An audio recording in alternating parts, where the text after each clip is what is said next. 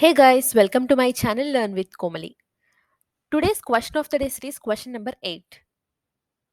Which technology company has launched a platform that displays flood forecast named Floodhub? Here are your options. Infosys, Meta, Google, Wipro. So before looking into the answer, let's see what is this Floodhub platform and what does this do?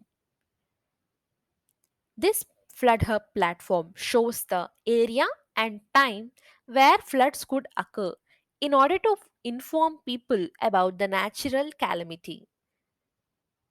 Google has used an AI technique called transfer learning to make it work in areas where there is less data available.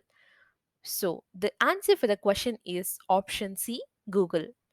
Google company has launched the Floodhub platform that can display the flood forecast. And here is another question for you. Which state has launched the Ganga Water Supply Scheme GWSS? Here are your options. If you know the answer, comment down, and if you do not know the answer, click on the video that is shown on your screen. That's it for this video guys. For more such quick knowledge boosting videos, subscribe to my channel Learn with Komali.